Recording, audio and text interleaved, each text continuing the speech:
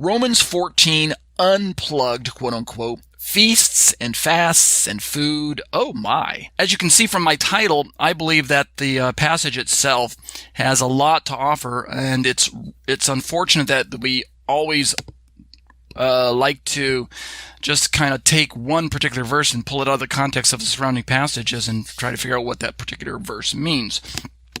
But what we're going to find as we work down through this particular commentary is that there's a lot here for us to chew on, pun intended. Some of the issues deal with food, yes. Some of the issues deal with special days, yes.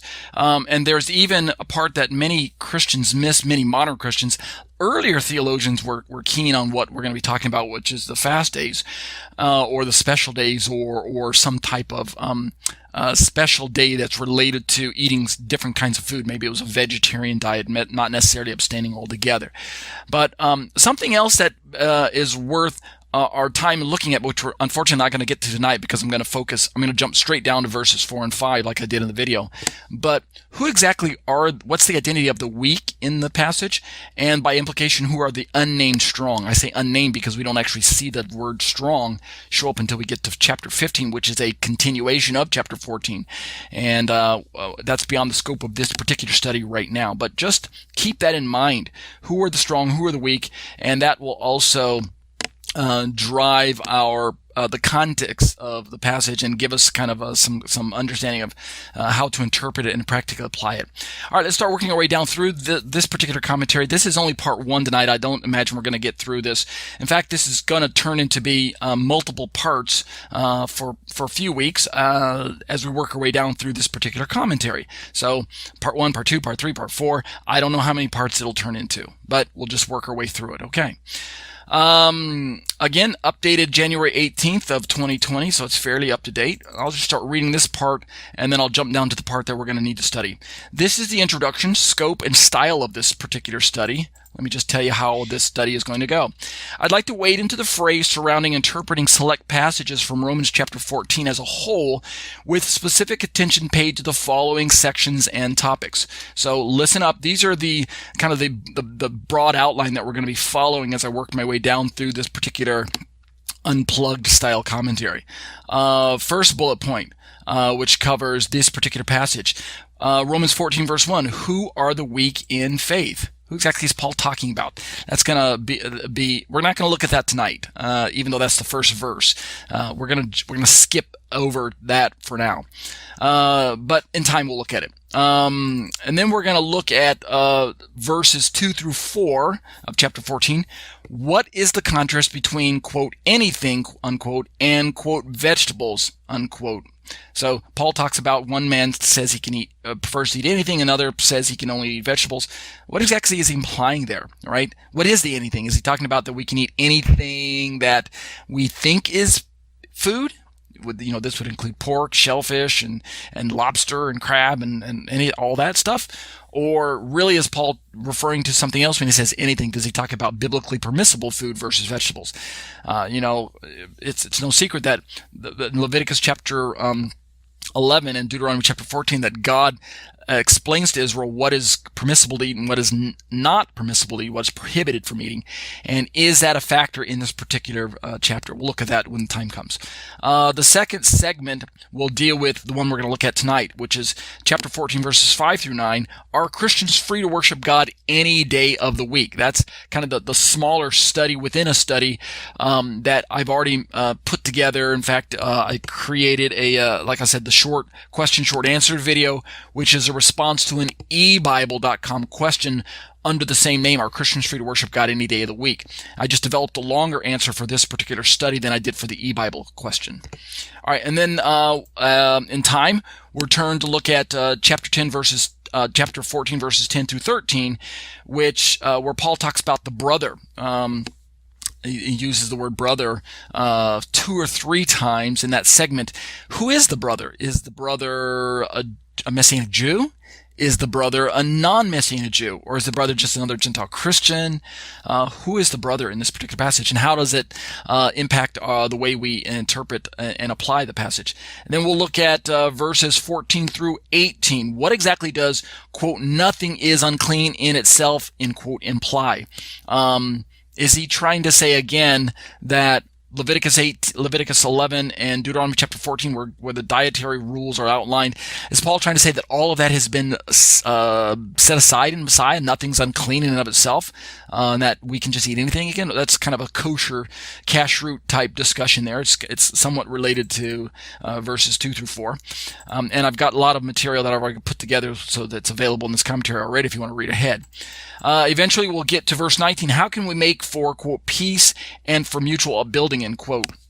That's a section that kind of captures the heart of what this letter is trying to convey. What this particular chapter is trying to convey is the mutual upbuilding between the two communities, whether they be Jewish or Gentile, or whether at least be Messianic Jews and Messianic Gentiles, however we describe the weak in the faith and the weak and the strong in this particular chapter. How do we make for mutual upbuilding? And if the weak are the unbelieving Jews, then how can we make mutual upbuilding between unbelievers? I mean, how does that work if that's in fact a possible category? Really, this allows us to have a greater discussion between continuing dialogue between Christian communities of today and Messianic communities, and how we can, like Paul says, make for peace and mutual building between these two communities. We're going to get a lot of mileage out of that particular verse. And then we're going to move on to verses 20 and 21. What does, quote, everything is indeed clean, unclean, end quote, mean? Again, this is somewhat related to verses 14 through 18. But perhaps maybe this would spill over into other categories of clean and unclean. Ritual purities was a big topic in the first century, right up there next to Sabbath issues, right? These were some of the two biggies in ancient Israel.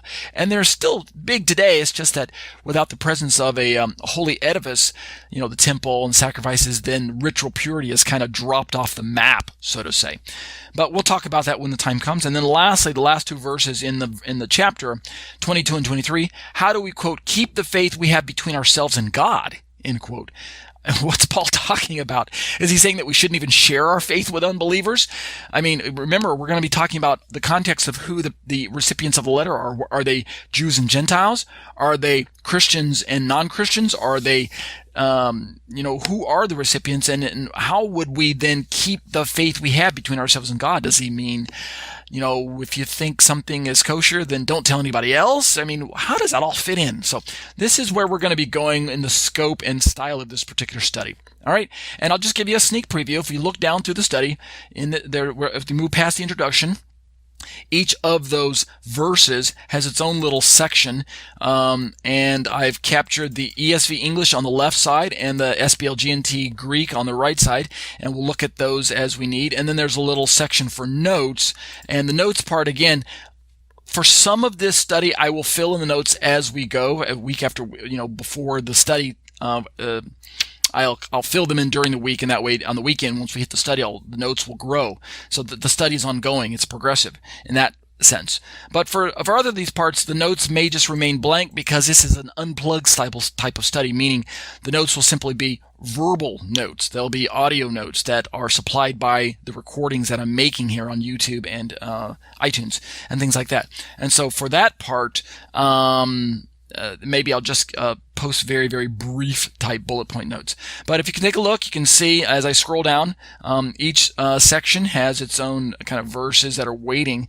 And tonight we'll start taking a bite out of this section of chapter 14, verses 5 through 9, our Christians free to worship God any day of the week. 5, 6, 7, 8, 9 I've captured for you right here in the English and the Greek. And then the notes start with this lengthy excursus on the textual variance behind this particular verse. So let me look at my clock and see what kind of time I'm doing. Oh my, why does it look like that? Oh well. Let's see, I'm about 30 minutes into this particular study. Let me just read down through the introduction here, and that will be it for tonight's part of this particular study. And then we'll pick this up next week. As I mentioned, this is part 1. I'm not in any hurry. I don't know how many parts this will entail, but this is what the readers had requested. Ariel, can you go down now? Can you go down through Romans 14 and explain what you think the passage is about if you don't think it's a Sabbath versus Sunday debate, particularly verses 5 and 6. All right, so let's get started. Introduction, scope, and style of this study. Let me continue reading right here.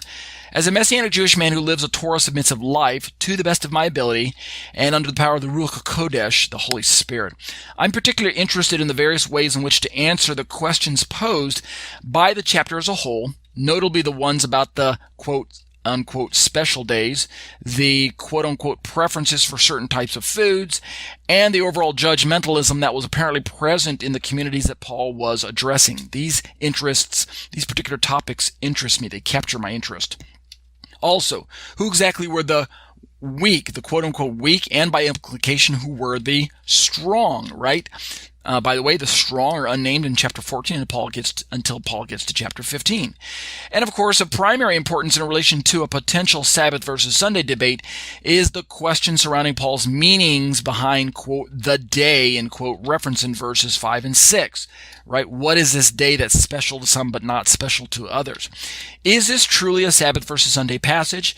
And if it is, doesn't it later rest the age-old question of whether Gentile Christians are obligated to keep a seventh-day Sabbath like the Jews were already known to be keeping, right? Makes sense so far. Let me continue right here, and then we'll call it quits for this part of my study for section 1.